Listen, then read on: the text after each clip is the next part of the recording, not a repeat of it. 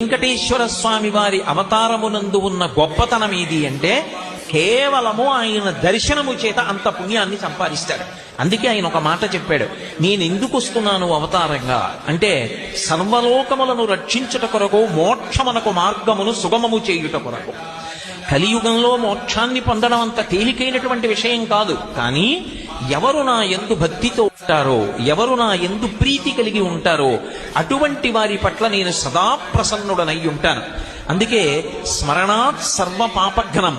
ఒక్కసారి వెంకటాచల క్షేత్రాన్ని కళ్ళు మూసుకుని ఆ 7 కొండలు తలుచుకుని, ఆ 7 కొండలు, 7 కొండల మీద ఉన్నటువంటి ఆనందనిలయ విమానం, ఆనందనిలయ విమానంలో పద్మపీఠం మీద నిలబడినటువంటి ఆ స్వామి యొక్క దివ్యమంగళ విగ్రహాన్ని, ఆ దివ్యమంగళ విగ్రహం యొక్క వైభవాన్ని, ఆయన నిలబడేటటువంటి రీతిని, ఆయన పట్టినటువంటి ముద్రల్ని ఒక్కసారి స్మరించినంత మాత్రం చేత స్మరణాత్ సర్వపాపఘ్నం.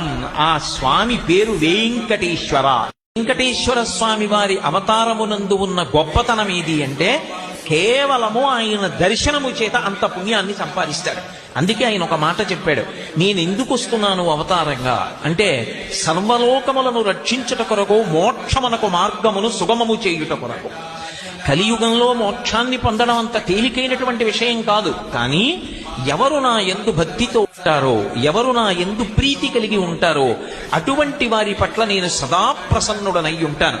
అందుకే స్మరణాత్ సర్వ పాపఘ్నం.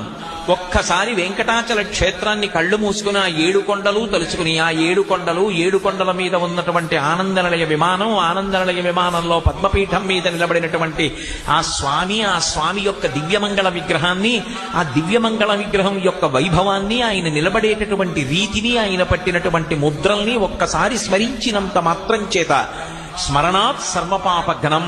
ఆ స్వామి పేరు వెంకటేశ్వర.